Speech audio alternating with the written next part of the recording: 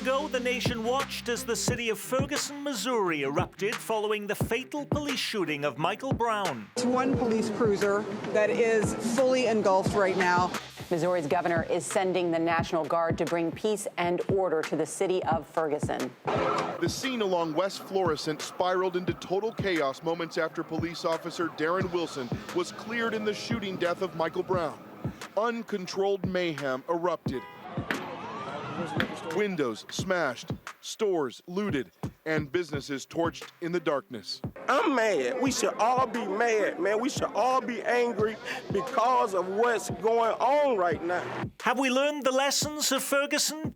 Ferguson laid bare a simmering distrust that exists between too many police departments and too many communities of color. This hour, we're at the Church of the Resurrection downtown with local law enforcement and civil rights leaders to examine the state of policing 10 years after Ferguson, a partnership event with American Public Square. Funding for this program comes from the William T. Kemper Foundation, Commerce Bank trustee, with additional support from Dave and Jamie Cummings, Bob and Marlise Gorley, the Courtney S. Turner Charitable Trust, John H. Mize, and Bank of America, N.A., co-trustees.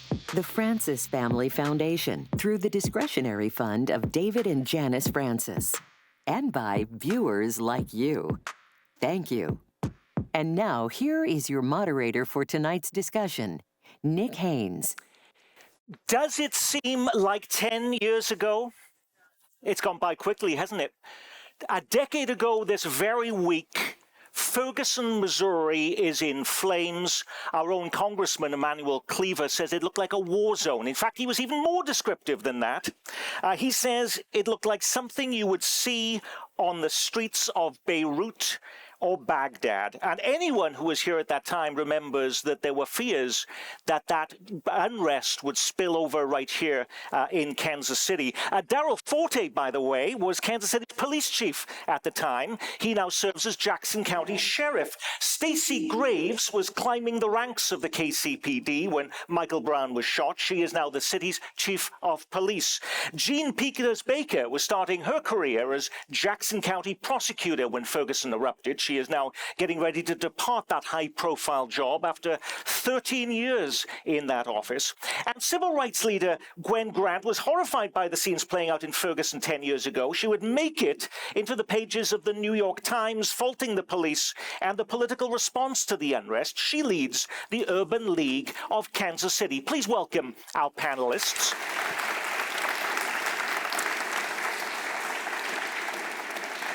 Chief Forte, I remember, by the way, Mayor Sly James was leading Kansas City immediately following the shooting of Michael Brown. He appeared in the media and was asked, could Ferguson happen here? His answer, yes. And he had 4 words: Ferguson can happen anywhere. Were you concerned 10 years ago that we were going to see those same protests erupt here? Absolutely. And one of the reasons, because you can't control who participates in civil unrest. Oftentimes you have people that come in from other areas that have no connection to the area where it's occurring. So, yes, absolutely. So what was different here? I think me and some other people had great relationships with others.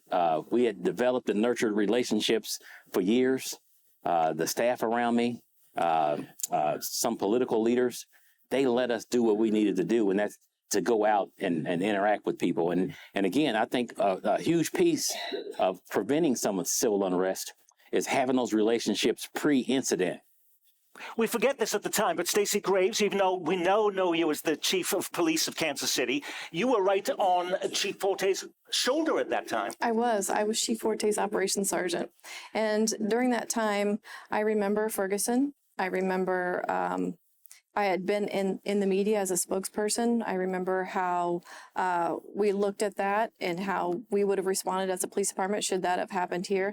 But even more so, I learned under then Chief Forte, just being right next to him, being his operations sergeant, and seeing how interactive and how you should value the relationship between police and the community. I learned a lot from that, working under Chief Forte.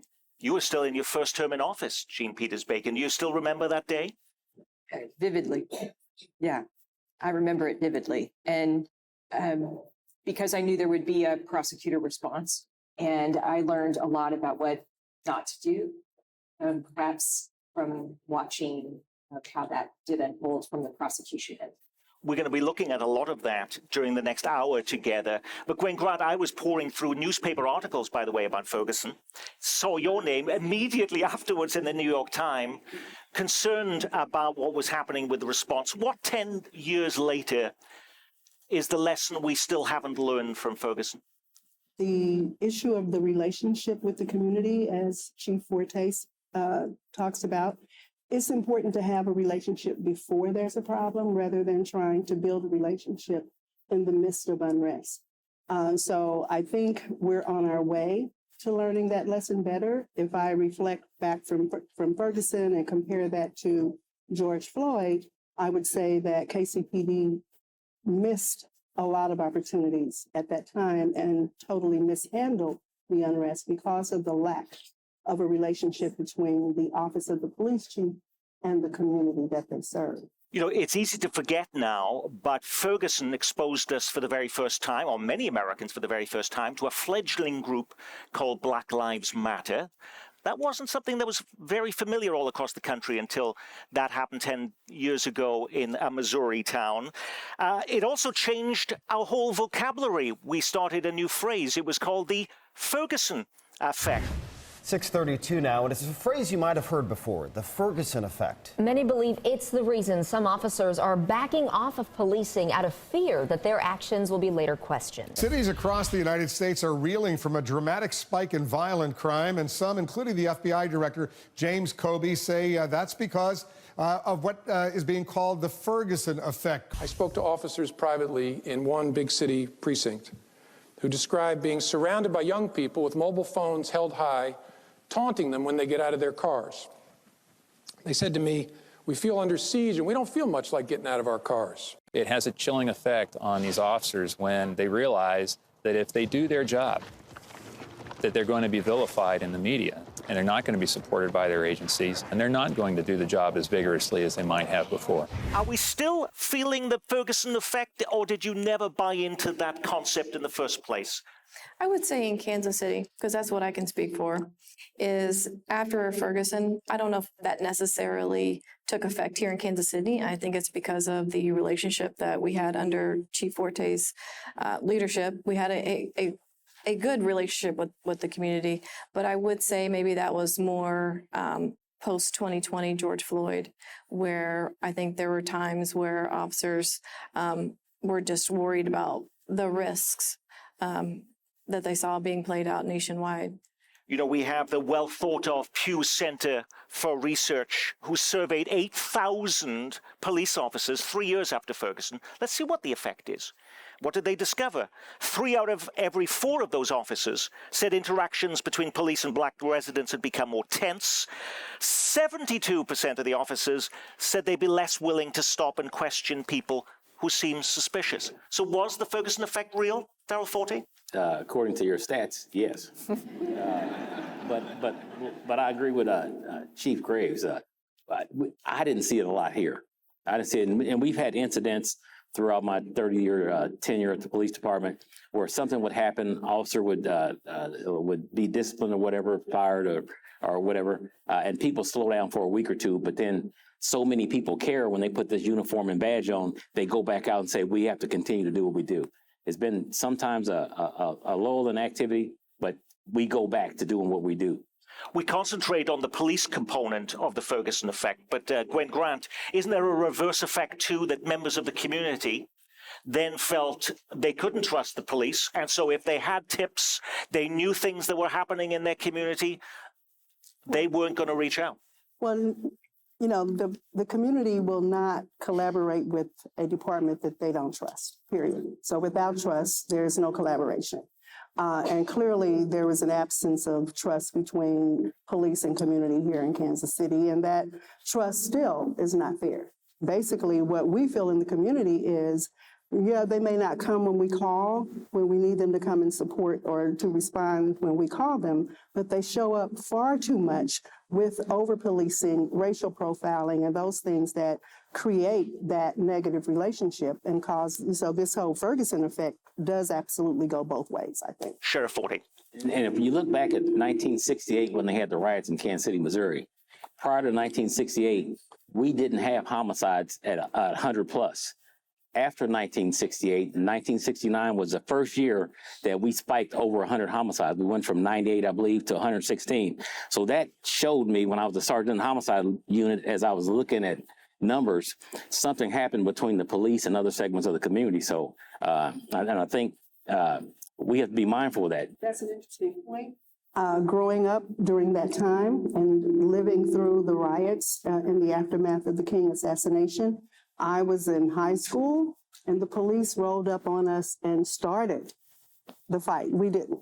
The young people were not rioting. The police attacked us. And so those types of things make it very difficult because and oftentimes even now, we call the police and we become the victim. So all of those things play in the minds of individuals in the community, which make it a lot more difficult to build trust. And I just want to say, coming in as chief of police, that was the utmost importance for me, to come in and to start by listening. We have communities in our city where some say we don't have enough police, and we have some communities in Kansas City that say we're over police.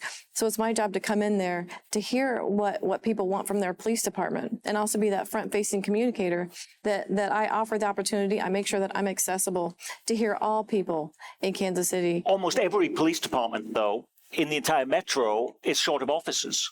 Yes. They're all saying we can't find people to serve as police officers now. Is there a through line from Ferguson, do you think, Chief Graves, where people felt, why would I even want to be a police officer as a result of that? And to what we see today, even in your own department, how many officers are you short today? We're short 300. 300 officers. Yes, and in 2019, we had 1,300 officers. So I think we felt a lot of effect after George Floyd. There was a lot of negativity around the profession of law enforcement, even though it's still full of really good people that are out there trying to make a difference and trying to make their cities safer. It did affect some of the recruitment and also the retention. We had people that said, hey, this isn't for me now. And some of that, you got pressures from family. Families were concerned about their officers being put into dangerous situations. Is that the same situation in Jackson County, Sheriff Forte? Are you short of officers? Yeah, we're short about 9 or 10. We have applicants all the time, but I want to hire people, and I've hired people with above average standards. I don't want you if you're mediocre. I don't want you if you have a lot of other issues. And one of the questions I personally ask as I interview applicants, do you have any biases that might impact your ability to serve our county? And only one person told me yes, and he was working on it. So he's still working on it probably.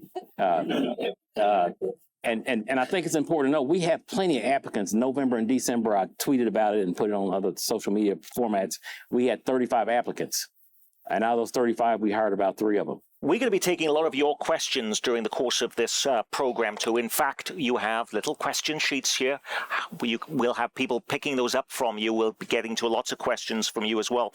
But we may not remember from Ferguson that actually it was the events of 10 years ago during that hot summer that hastened the demand that every single police officer wear a body camera. The recent shooting death of Michael Brown in Ferguson, Missouri, are spurring calls for police to wear body cameras. President Obama is calling for $75 million in federal spending to get 50,000 more police to wear body cameras that record their interactions with civilians. Missouri Senator Claire McCaskill says in light of accusations about police brutality in Ferguson, all police officers ought to wear body cams. If a local police department gets federal funding, they should be required to have body cams on their officers. No longer would we have to accept a police officer's word for what happened. We could see it for ourselves. Gwen. Well, after Ferguson, we did not get body cams here in Kansas City. We got body cams in Kansas City far too long after George Floyd. So we've been asking. So that took a longer That took a here, long right? time. So more than 10 years, Ferguson, and even while we do have body cams here, there's not enough transparency as far as I'm concerned and relative to the community, even knowing what the policies are. Are officers required to have their body cams on all the time? Do they get to choose when to turn it on, when to turn it off, those types of things? And then when there is an incident, how long will it take for KCPD to share the information? Because there have been some incidents that my organization and my colleagues in the civil rights movement have been made aware of, but we cannot get transparency on those incidents. Transparency is a major pillar to building community trust, and is one of the foundational elements of strong community policing initiatives. Okay, let's if we get there here, we won't have. No, let's go through those. community First of all, policing. though, does every single KCPD police officer, when they're out on the street, have a body camera with them now? Yes, and including our detention officers. And our body cameras came about, a private funder provided the monies to purchase the body-worn cameras. I think it was in 2020, and we ended up getting them in 2021. But we do have policies and procedures that are online. There are, and the release of those body camera footage goes underneath the Missouri Sunshine, unless it's an open investigation, and then we'll be consulting with the judicial system at that point. I'm going to come back to that in a moment, but in Jackson County Sheriff, every single one of the deputies in your office have a body cam attached to them every time they're out in communities, in their patrol cars, out on the street? Yes, they were issued several years ago. Is there, a requirement that it be constantly turned on? Is there a disciplinary procedure if they don't have it on? Yes, but we haven't had that problem about them not turning on cameras. I can't think of any incidents where the camera wasn't turned on when there was an issue brought to our attention. I'm not saying they're turned on every time, but we hadn't caught anybody because they hadn't been any incident at the time. And yes, there's disciplinary action if you don't. There's sometimes you don't have to turn it on if you investigating something sensitive, like a sex abuse case or something like that, or there's explosive devices in the area. And then there's a couple other exceptions. Let me make this clear too. I'm gonna be real careful on what I say, because every time I say something in public, people sue me. So because the footage is used later on, and that's not all inclusive. How about in the KCPD, Chief Graves? I mean, are there situations where the police officer didn't turn the camera on, and is there a disciplinary procedure as a result of that? Yes, it's in policy if you are not turning or activating your body camera, but usually those are, if you're going lights and sirens or certain speeds, it automatically comes on. Also, just like Sheriff Forte said, if we are in some type of a sensitive environment, we're not required to turn those on. This was going to be the fix, though, Jean Peters Baker, that if we knew finally what was happening, basically the police are on camera at all times. Has it worked that way? It doesn't work that way. I have had cases where camera is off and we really needed camera to be on. However, what I will say for police in our area, body cams have come, and more times than not, they're probably going to support what the police officer believed happened. So studies show also officers tend to be more polite. I might be too, if you made me wear this mic all the time. All of you as well might be more polite. So, there are some other side benefits, to body cams that we should all welcome. So you think it changes police behavior? I believe it changes some police behavior. Okay, just because we have the body cameras, we have that video footage. How easy is it, though, Gwen, for somebody, a regular member of the public, to request that video footage? Well, if it's the regular Sunshine Act request, then that's really not that easy. Earlier this year, a woman did ask for footage of a fatal crash in Kansas City. And according to the Kansas City Star, in a lawsuit that was filed against the KCPD, she was told it would cost her $361 because it would cost $64 an hour for KCPD officers to screen that information and get that in advance. Is that what it costs to get that type of footage? Each incident is different. It depends on how many hours it takes to pull that, but we constantly are reviewing some of our fee schedules, even as of late. In fact, I think we may have just presented that to the board at the last board hearing. So I wonder why there has to be a fee at all. I mean, it's public information, and I don't know why we have to pay to get it. And I think that it's a deterrent to the community when they have a need for information and we have to pay to get it. When we're paying tax dollars to fund the police department, surely someone should be able to provide that information. So should there be a fee then, Sheriff Forte? If I was in charge, it wouldn't be a fee because of public perception, and everyone can't afford to purchase it. But at the sheriff's office, we can waive a fee. If someone's requesting something, send it to the legal's office. We can waive a fee if we need to. Okay, so what are we not seeing behind the scenes? We could literally have a whole unit that's dedicated to just providing sunshine requests, FOIA requests. I mean, we get a lot of requests for information, as you could imagine. We're getting lots of questions already from you. Kanala Phillips was someone who was a reporter with the Kansas City Star, had her on a show, just fell in love with her, and then the next minute she's working for Kansas City PBS as our engagement director. Great to have you with us. You've been taking questions from KCPT, Kansas City PBS viewers, and from American Public Square members. What have you got for us? Okay, so Alice is asking, what does it say about police training if a trained police officer feels his life is at risk because of an unarmed teenager is approaching him? What does it say about police training if a trained police officer believes he is exercising self-defense by firing 6 times at an unarmed teenager? Okay, he's referring back there to the Michael Brown shooting. What does that tell us about police training, and has it changed? Police training has changed. It's evolved over the years. Even me coming in, I've instituted another de-escalation training. It's called ICAT, Integrated Communications and Tactics.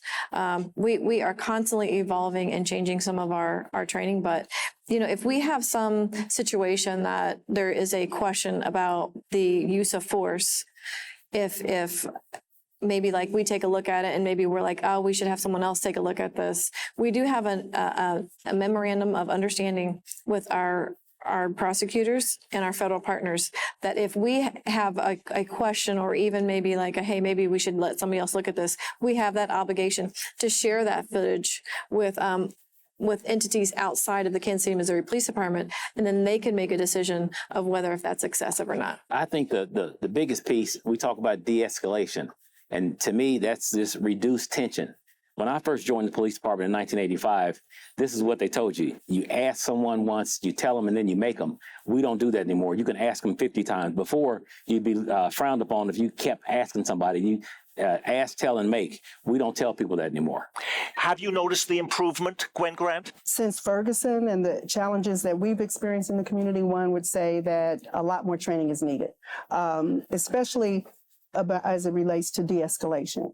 My understanding during George Floyd and the aftermath of George Floyd and everything that was going on, KCPD officers were still operating under they were, not encouraged to de-escalate. They were encouraged to pursue, to chase, and that actually resulted, as far as I'm concerned, in the homicide of Cameron Lamb. So I think a lot more training needs to occur. Kanala? Ed is asking, Ferguson police left Michael Brown's body in the middle of a street for more than 4 hours in the unrelenting sun with blood streaming from his head. Did that police decision fuel the outrage? What is KCPD's policy for treating victims' bodies? So anytime we have a crime scene, obviously we want to take into account all of those that are not only around that are viewing that, but also making sure that 2 things.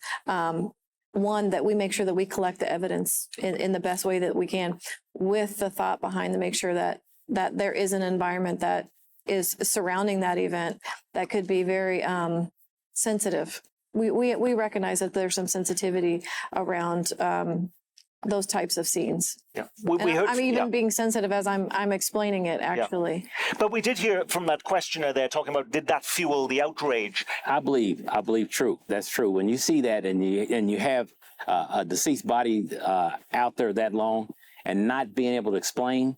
I've been to over 1,000 homicide scenes in my career. I went to the last 3 in Kansas City, not to supervise or anything like that, but just to be out there so when people are on the fringes, they can say, why are they doing this? Why they parked the car over here? I can explain to them in order to keep a connection in the community. When we go back to talking about building and nurturing relationships, as a 62-year-old male, I've lost contact with a lot of younger people, and this is my way of staying in contact.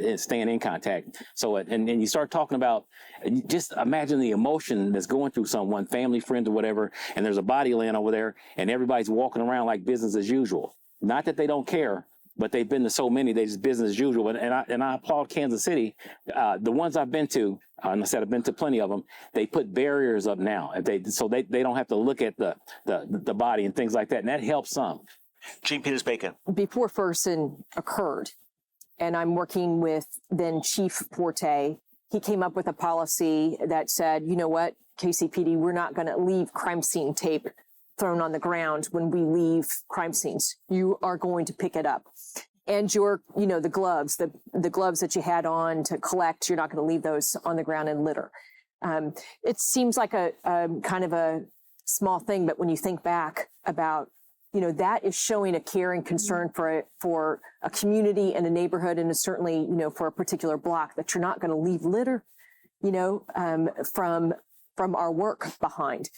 And that led me then to think about how we respond to those scenes. That the fact that sometimes blood is left behind at a crime scene. I funded a program where someone would come and spray that up, the clean up blood left at crime scenes, because of meeting individuals that told me that they had to keep walking across a blood stain on a sidewalk until it finally weathered away. So these are horrible things that we're discussing, but they are also indications of how well people like this will, show their care and concern for a community that so desperately needs care and concern. You have another question for us, Kanala? Yes. So Dick is asking, is one of the side effects of Ferguson that every officer involved shooting is now considered a suspect by the public? Some people, and I think we own that as law enforcement, because we've done a poor job on sharing some things initially. When there's an investigation, officer involved shooting, there's not a lot of information that we put out. And part of the reason is we have to make sure it's accurate before we put it out, because you can't take it back.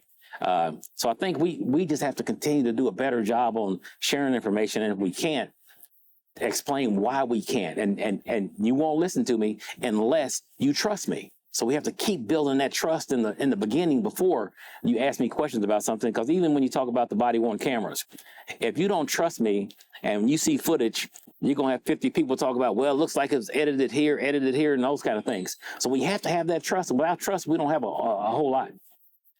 The trust is not there.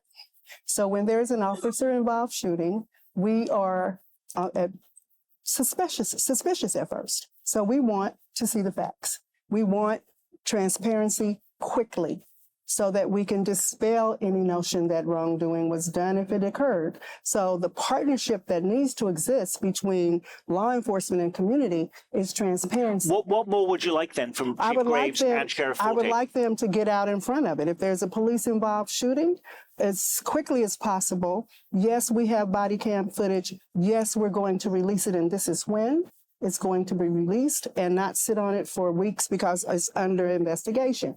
There's other practices, best practices that say the sooner we inform the community, the less of a problem we will have. So I would like to see more transparency.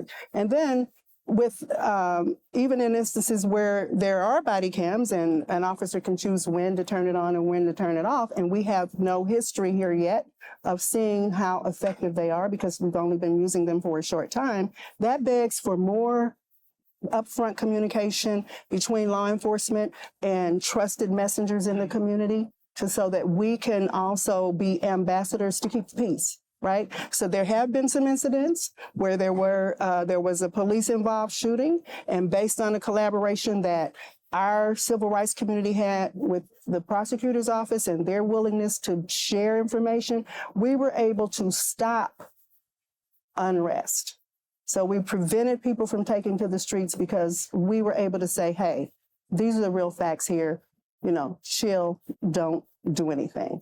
But if you don't communicate with us, then you want to call us after the fact to try to get people off the street, and sometimes it's too late. Chief Graves. And I've appreciated that collaboration and the back and forth communication that we've had. But to go back to your original question, yeah, sometimes I can tell you just from a police department's point of view, yeah, sometimes we do feel like, you know, that there's a lot of scrutiny. Policing, you have a lot of authority. That is a big responsibility. And with that responsibility, I would say that the Kansas City, Missouri Police Department, we do take that seriously. We do have our media unit that goes out there to make sure that we give the most accurate information right then when we can. We also have outside entities that come in and investigate our officer-involved shootings. That way, there puts a little bit of separation there. And we are bound by some laws that restrict our release of some of that body-worn camera footage. We've talked about this. You know, there's some situations. There might be a situation where we might have to ask a judge to see if we can have some of that body-worn camera footage released for the good of the city. In certain situations. You know, American Public Square also likes to engage fact checkers, and we have Peggy Lowe from KCUR News, who specializes in police and justice issues. Do we have any fact checks, or are we being totally factual, on target, on track, Peggy? Mostly on target, on track. Sheriff Forte, I only have one tiny thing. According to FBI statistics, the homicides they broke 100, not in 1968, as you said, but in 1970. So we're going to give you that one. Okay. That is incredibly nice of you, I'm just going by the data I was looking at that they gave me. Pretty good. Thank you. So we're doing well. All righty. And by the way, in this venue, ladies and gentlemen, you have to understand that this is actually would have been part of the new downtown ballpark. If the stadium tax had passed in April, this would have been part of the footprint. Where you are sitting right now could have been the second base of a new Royals downtown ballpark. Fortunately, this place hasn't been demolished, so we could gather here and engage our leaders in local law enforcement and civil rights. You know, after the Michael Brown shooting, a congressional inquiry, a scathing Department of Justice report would call for the hiring of more minority officers, the demilitarization of police departments, and a shift in tactics for handling protests. But let's start with minority officers. At the time of the Michael Brown shooting, the city of Ferguson had just 3 black police officers, even though the city's population was 67% African American. So how are we doing where we live? Does Kansas City, Jackson County have a higher percentage of black, Hispanic, Asian police officers than we did 10 years ago?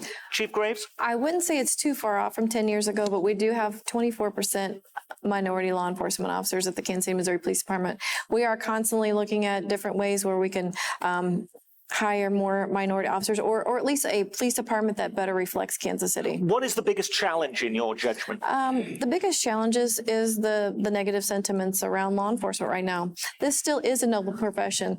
And I will tell you that the people who answer the call to wear this uniform, they are dedicated. We have a lot of dedicated police officers in Kansas City who really want to go out and do the right thing, and they want to make their city safer. How about over at the Jackson County Sheriff's Office, Darrell Forte? If we look at 2014, at the time of the Michael Brown shooting, to today, are there more African American, Hispanic, Asian officers in your department? I can tell you yes. When I joined the Sheriff's Office in May of 2018, there had been 1 black male hired in 7 years. And I want to say this too, so I don't get sued.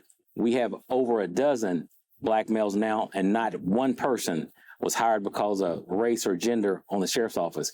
We hire quality people, and we turn down a lot of people, but I've hired more white males because more white males applied than black males. So yes, we're making some strides in that area, but I don't know what color they are because I do the interviews by phone. I look at everything out there, and we have a lot of quality people. We have a lot of average people that apply. I don't take you if you average, because when you're spending taxpayers' dollars, I want people to want to come to work every day. They're looking to serve. They care about people. They're not looking at dollars. And of course, we have to give everyone a living wage. But I want people not looking. I took a $7,000 a year pay cut, and my girlfriend of 5 years left me when I joined the police department. But life worked out okay.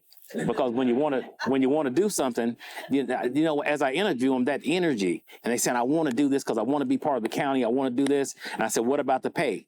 Not a single person complained about the pay until they get on and been on 5 years, and then they complain. But actually, the Kansas City, Missouri Police Department, City Hall just gave a 30% pay raise. Wasn't that for starting officers? That was just a few months ago. Right. What has that done for the department? And did it increase the number of African American, Hispanic, or Asian officers who said, yeah, you know, I might be interested in coming now? It's increased the numbers of many people who want to be Kansas City, Missouri So it police has had an officers. impact. It has. And, you know, I would say this is the biggest number that I've seen that have signed up for a testing. And I think it was 57 about 2 weeks ago. So we are seeing an increase in that. And not only are we seeing an increase in those that are interested in coming on the police department, but also those that are lateraling from other police departments. And I will say we're not changing our qualifications to come onto the police department. I've also seen that, and I saw the reaction from Gwen over here, like, hold on a second. We do pay attention to you know, everybody that comes onto the police department. Make sure that we're conducting a very thorough background check, and that we get the officers who have the heart to serve Kansas City. Are you satisfied we're doing enough, or what should we be doing differently, Gwen? Well, I think while you work on recruiting officers of color, you also have to be very diligent about retaining officers of color. And currently KCPD is going through an HR investigation under the Department of Justice because of discrimination, HR violation. So those things can be prohibitive to recruiting and retaining Black officers. Back in 2022, the Star did a deep dive story on the challenges that Black officers experience inside KCPD. And to this, as it relates to transparency, we do not know how that investigation is going, if there's going to be a consent decree or what issued by the DOJ, but it's been long enough that the community should be updated. Is it going, Stacey Graves? I'm still waiting for an update on that, but as far as I am aware, there's nothing that we have been advised that has been in wrongdoing. There are lawsuits, and I think Sheriff Forte has made that known that sometimes there are lawsuits. Whenever there is, whether or not the DOJ has a response in regard to that, we look at each one of those and see, hey, is there something that we have done wrong or right? And if it's wrong, then we try to make that change right then and there. Try to change that so that that's not a future issue. We're getting more questions from you. Kanala, what are we getting here? All right, so Rebecca wants to know, does the hiring of minority officers in communities of similar ethnicity make a difference? Not necessarily. Okay. Not necessarily. I think what's required is a type of procedural justice training so that people understand at a deeper level the type of policing that is being required by the leaders of that department.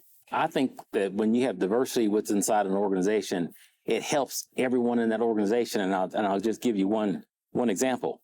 Someone sent me information and said, I'm so glad I was able to ride with this Black officer. They didn't say Black officer, said the name. And he said, we talked so much. He said, I hadn't been exposed to the Black culture. He said, I learned so much from him, and I feel like we're becoming friends now. So just having some people that have a different mindset and a different cultural environment that they were raised in, education level, military or non-military experience, I think that helps a little bit when you hadn't been exposed, and now you're in the car with somebody, and now you can talk about some real things and no one's offended.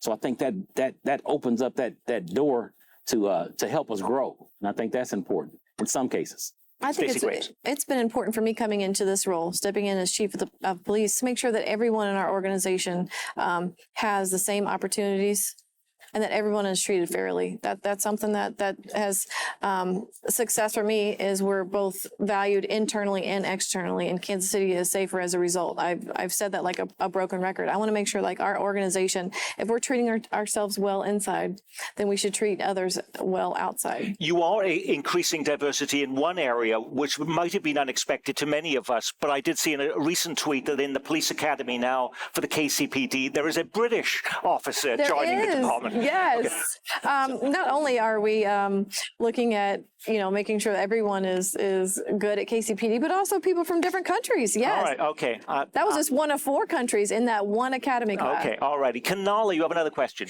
Yes, we're getting a lot of questions from the audience about Kansas City having a police department that has state control. And so people are wondering what inroads can be made to have those conversations and deal with that gap between the state board and the local department. Does it matter, Jean Peters Baker? Of course it matters. And we should not fool ourselves about that. It's just foolishness not to talk about it with that perspective. The state of Missouri is a very big, diverse place. And those that, the governor that gets to appoint people to this board doesn't necessarily have to know much of anything about Kansas City. And the citizens who pay the taxes for all of our offices should have a real stake in it. Someone that lives out of state, or out of the Kansas City area should not have a greater role in our police department. It's kind of basic. To me, this is just basic. It's illogical. Can I offer you a counter argument? I would love to hear your logic. Would you love here. that? Well, Please I was try. interested. One of the things about Ferguson was that the city was requiring the police department to write as many tickets as possible, and that came out, and so that they could raise revenue for the department. So I was wondering, the fact that the Kansas City is not under the control of the city hall meant that they weren't having the squeeze put on them to try and get more fines and tickets from members of the public. Nick, you picked the most broken city you could find to compare to Kansas City. If we really are about excellence, let's not pick the most broken system we can as a comparison. Okay, it was just something I thought about. Sheriff Forte, on the response on the state board, does that really matter? I mean, you were there during that period of time. I can tell you that I was glad to be under the state at that time because because I had elected officials telling me that I needed to put people on this corner and this corner because they're elected, and I understand their role and I understand why they were asking. They're saying that people are worried in this area, you need to put some officers over here. And I knew what I needed to do. So I had a board of police commissioners that said, do what you think you need to do. And we got through it. But because I had some people that I can think of one person that sent me a crazy email telling me about how he didn't support me anymore and these kind of things. Because if you're under local control, and now it's a little different. But when I was police chief, thank God I was under state control with a board that trusted me. Now I might have a city administrator, mayor, or whomever that trust me if I was there or something. But it was just pleasant to say, Daryl, do what you need to do. That's a different side of this issue. I can see you shaking your head, Gwen. Well, here again, I think that's just I don't know how to put it. I don't understand how just the fact that an elected official might ask you to put someone on a corner or the making people write tickets issue, it's much more complex and bigger than those things. What's really important here is we are disenfranchised. These policies that we're talking about addressing, we cannot address because the Board of Police Commissioners is not accountable to us.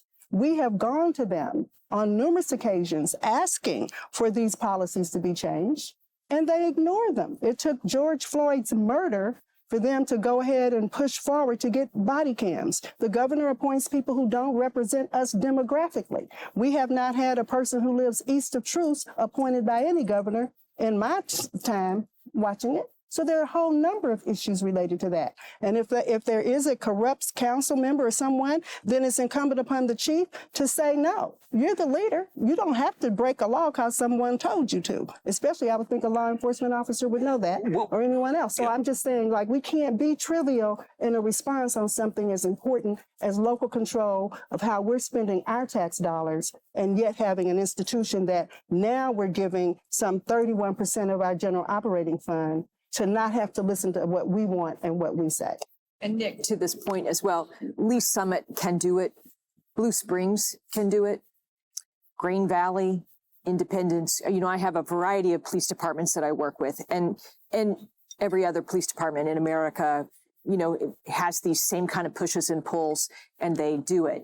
It just gives the community much greater access and a much greater stake in their own police department.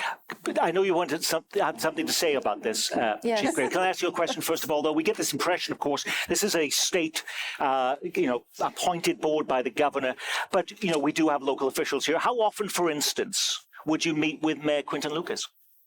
Oh, I answered to him. I talked to him on the phone this morning about. So it's not like you don't speak to any of these city officials because we have a state board. Correct. In fact, I would say I have two bodies that I answer to. But going back, like body-worn cameras, then Chief Forte did look at body-worn cameras when we were there. It was a funding issue, is why we didn't have them sooner than we did. I'm letting you know. Also, we do not get 30% from the city. It's 25% right now. But aside from that, let's talk about local control. So some will say that, we're not locally controlled. I would argue with that. I do understand our board is made up of, for those of you who don't know, the Board of Police Commissioners is made up of 5 members, 4 that are appointed by the governor, who are Kansas City residents. The 5th is the mayor, who's a voting member. I not only answer to the Board of Police Commissioners, I also answer to the city manager. I answer to the mayor as he acts as the mayor of Kansas City, but I also am accountable to the city council. I am in a lot of meetings with city council. I have one next Monday or Tuesday, and maybe even Thursday. I have that accountability. The part about my position is there's this suggestion that someone else besides the chief of police runs the police department, and that's not true. I do have operational control of the police department. If we were locally controlled, I would assume that I would be under the control of the city manager. So I already answer to. And being under a state governing board just gives the police department just that thin layer of protection from political influence, similar to an example that Sheriff Forte gave. And I just want to share, when I was police chief, I'd ask over and over, what does local control look like? All depends on who you talk to.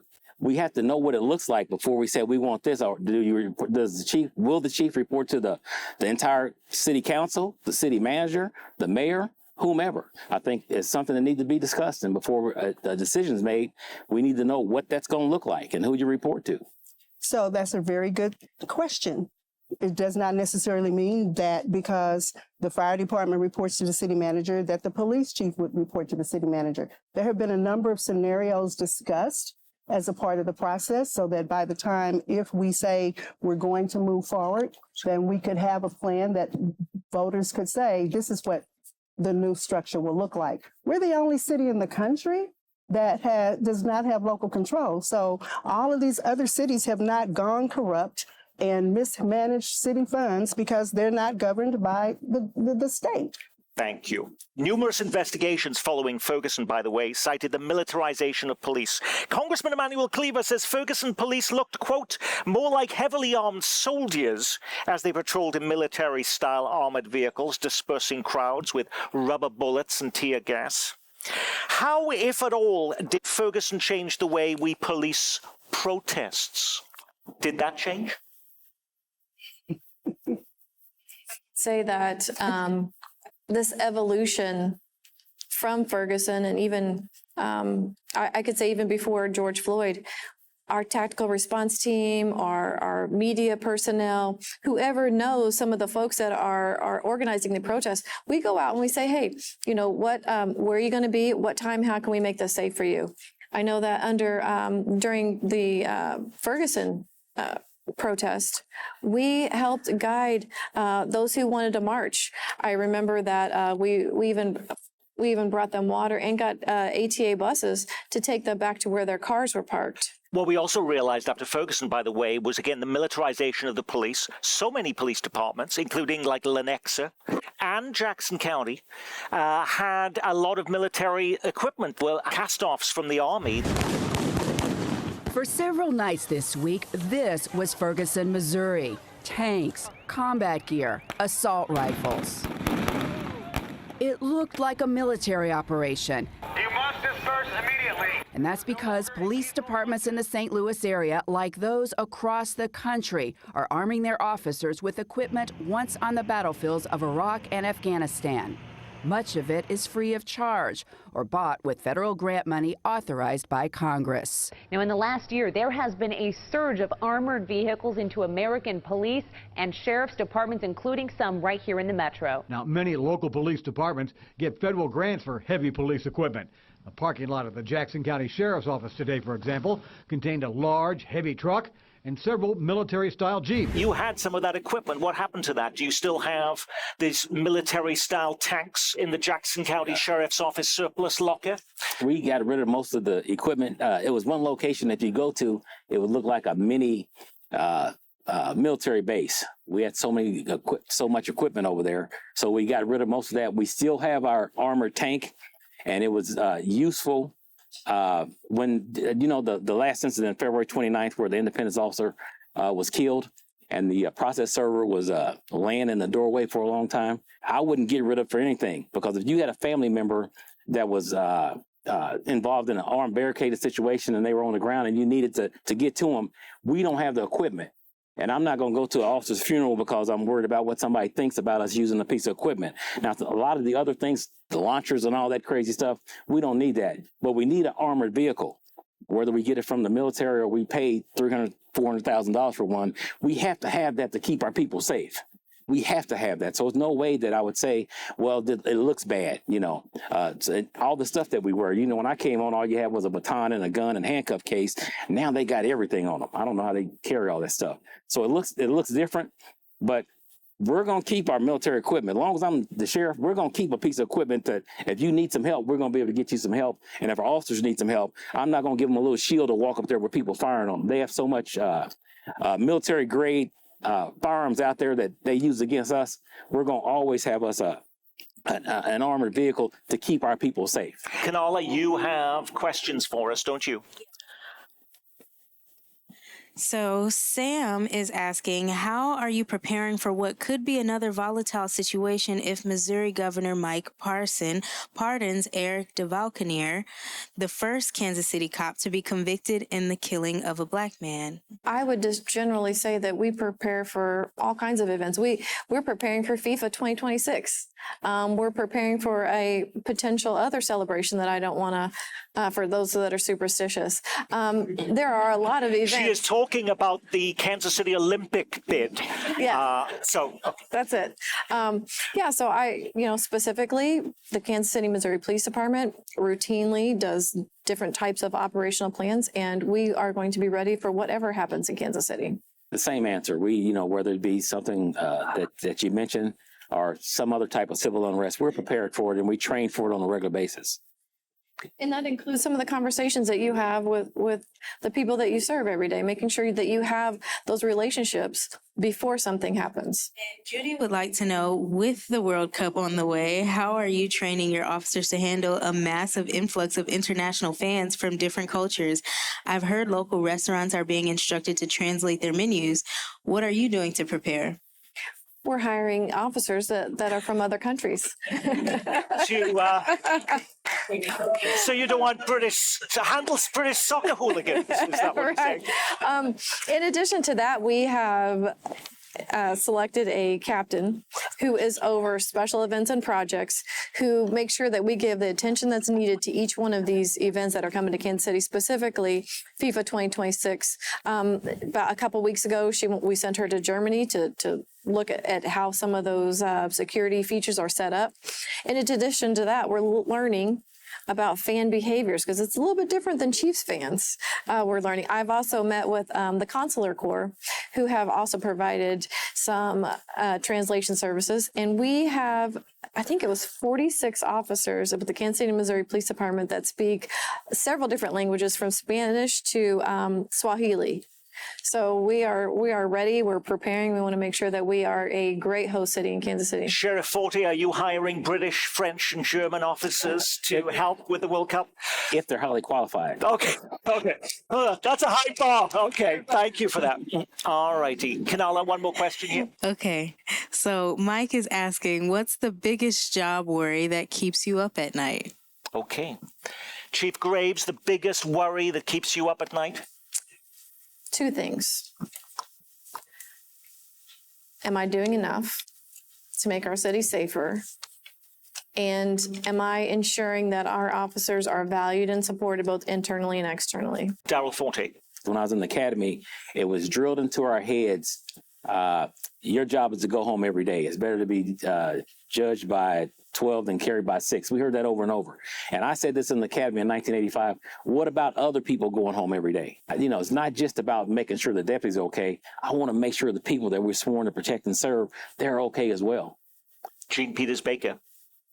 It's a heavy job, and I worry about whether or not I've done everything possible to protect a life. So one of the first things I do, sadly, in the morning is go through, did I miss any calls or text? First of all, I pray I did not, but look at the homicides that occurred overnight. And is it someone that we're connected to in some way? Is there something we could have done? What could have been done? So that's what keeps me awake at night. When? Couple of things. One, how much more gun violence will we experience, hoping that there's not another homicide? But the other is the state of this country, and democracy is at risk. And I'm fearful about what that means, especially for people of color in this country. It keeps me up at night. And on that, we will say we have looked at 10 years after Ferguson, the state of policing, with Kansas City, Missouri Police Chief Stacey Graves, Jackson County Sheriff Darrell Forte, Jackson County Prosecutor Jean Peters Baker, and the President and CEO of the Urban League of Kansas City, Gwen Grant. And I'm Nick Haynes, from all of us here at the Church of the Resurrection downtown, in the footprint of what would have been that downtown ballpark, and from our partners at American Public Square, and from our fact checkers, Peggy Lowe and the rest of the team, thank you so much. Be well, keep calm, and carry on.